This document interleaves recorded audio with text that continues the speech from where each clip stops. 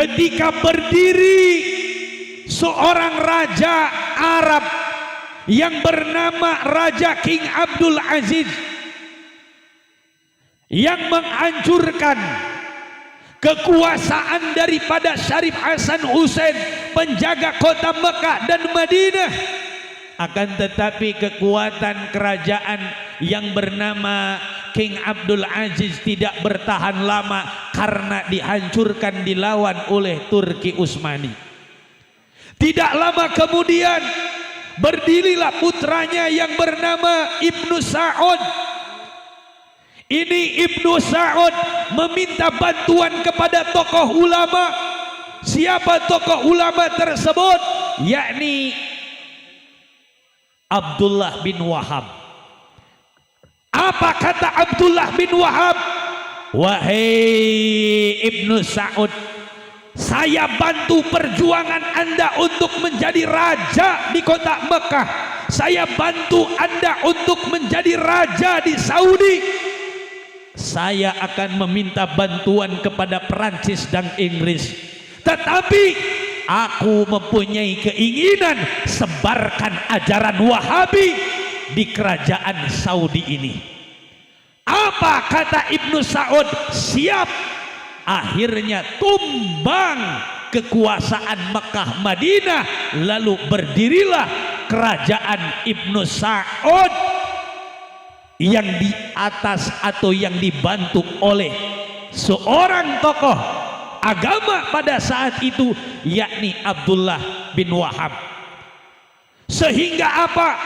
Sehingga Raja Ibnu Sa'ud bersama kiai pada saat itu yang bernama Abdullah bin Wahab menyebarkan ajaran Wahabi, sehingga bikin pelaturan. Apa pelaturannya? Makam Sayyidatina Khadijah harus dihancurkan, makam Sayyidatina Fatimah harus dihancurkan, makam Sayyidina Utsman harus dihancurkan, makam para sahabat harus dihancurkan, bahkan makom junjunan Kangjeng Nabi besar Muhammad sallallahu alaihi wasallam harus dihancurkan. Ini pemahaman ajaran Wahabi. Paham, Bu? Paham? Ajaran Wahabi. Dia masuk kepada parlemen kepemerintahan. Ketika pemerintah sudah berkata, maka senjata yang bergerak ketika rakyat tidak bisa atau tidak mau ataupun menolak. Ini masuk Wahab, Abdullah bin Wahab kerjasama dengan Ibnu Sa'ud bikin pelaturan. Akhirnya apa yang terjadi?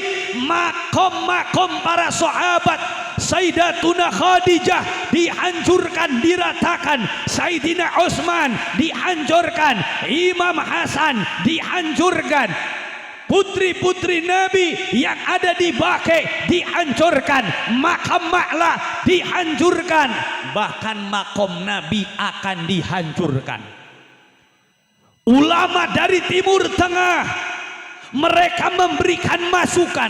Yaman memberikan masukan kepada Ibnu Sa'ud, Syria memberikan masukan kepada Ibnu Sa'ud, Baghdad, Irak memberikan masukan supaya makom Nabi tidak dihancurkan. Namun apa yang terjadi? Semua ulama Timur Tengah terdidenge. Maka ulama dari Indonesia, ulama dari Nusantara, siapa? Yang bernama Kiai Wahab Hasbullah Tambak Beras. Siapa lagi? Syekhuna Hasim Asy'ari. Beliau adalah murid daripada Syekhuna Aba Khalil. Syekhuna Aba Khalil berguru kepada seorang ulama besar yang bernama Syekh Nawawi. Syekh Nawawi berguru kepada seorang ulama besar. Siapa yang tak kenal Syekh Nawawi Al-Bantani? Beliau berguru kepada Syekh Ahmad Khatib Sambas. Syekh Ahmad Khatib Sambas berguru kepada Syekh Ahmad Zaini Dahlan, berguru kepada Al-Imam Ad-Dasuki. Al-Imam Ad-Dasuki berguru kepada Al-Imam Al-Bajuri, Al-Imam Al-Bajuri berguru kepada Al-Imam Abdullah bin Muhammad As-Sanusi, berguru kepada Asyir Isani, berguru kepada Syekh Abidin Al-Izzi, berguru kepada Al-Imamul Ghazali, berguru kepada Al-Imam Abdul Malik Al-Haramain, Al-Imam Abdul Malik Al-Haramain, berguru kepada Al-Imam Abu Bakar Al-Bakilani, berguru kepada Al-Imam Abdullah Al-Bahili, berguru kepada Al-Imam Abu Hasan Ali Al-Ash'ari Al-Maturidi, sampai kepada berguru kepada Al-Imam Muhammad Abdullah bin Umar, sampai berguru kepada junjunan Kangjeng Nabi besar Muhammad sallallahu alaihi wasallam. Ini mengirim, mencekam atau melarang, mengajukan kepada Ibnu Sa'ud bahwa makam Nabi tidak boleh dihancurkan, bahwa ulama-ulama yang mempunyai madhab ahlu sunnah wal jamaah yang berpendapat kepada Al-Imam Hanafi, Al-Imam Maliki, Al-Imam Syafi'i, Al-Imam Ahmad bin Hanbal dibebaskan, silahkan. Akhirnya yang didengar itu bukan pendapat ulama Timur Tengah, justru pendapat Syekhuna Hasim Asy'ari, Kiai Wahab Hasbullah, dan ulama-ulama yang lainnya. Kira-kira ulama NU hebat tidak? Hebat tidak? Hebat tidak?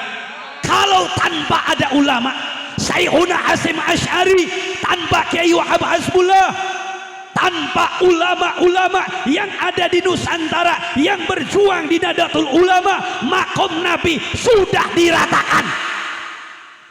Diratakan. Kalau tanpa ada ulama-ulama NU, kalau tanpa ada kiai-kiai NU, maka Indonesia tidak akan merdeka. Kira-kira hebat enggak NU? Ini para pemuda harus bangga memakai baju Banser, harus bangga memakai baju Ansor. Karena apa? Yang dibela bukanlah dunia, tetapi ulama. Sagoblok-goblok na tukang mabuk, tukang hingsatkeun anrok, whisky, brandy, martini, aopod, kamensen, birlek, sotan, dados, topi miring, topi nyingsol. Aya preman, bangkoplok-koplokna preman. Tapi nyaheun ka budak urang ngewa moal ka eta preman. Ngewa moal.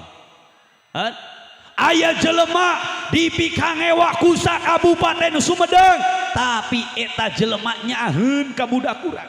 Kira-kira ngewa moal urang ka eta jelema? Moal. Urang jelema nu lomokot ku dosa, tapi urang cinta ka ulama. Urang jelema lomokot ku dosa, tapi urang berani abring-abringan, berani urang ayeuna melaksanakan, berani ayeuna urang neruskan perjuangan para ulama-ulama yang ilmunya menyambung kepada Allah dan Rasulnya. Urang mahabbah ka ulama, ari ulama teh kekasihna Allah, para wali kekasihna Allah. Kira-kira Allah ngewakeun moal ka urang? Moal sok sanajan urang lemokot ku dosa. Nah, di syafaatan di hampura dosa urang ku Allah. Hubul watan minal iman. Berdiri akan diumumkan yang lalwatan Indonesia biladi anta ulamatul maqama kullu man yabika yawmal qadiyah yang imama kullu man yabika yawmal qadiyah yang imama pusaka hati tanah air berikut kamu dalam imanku jangan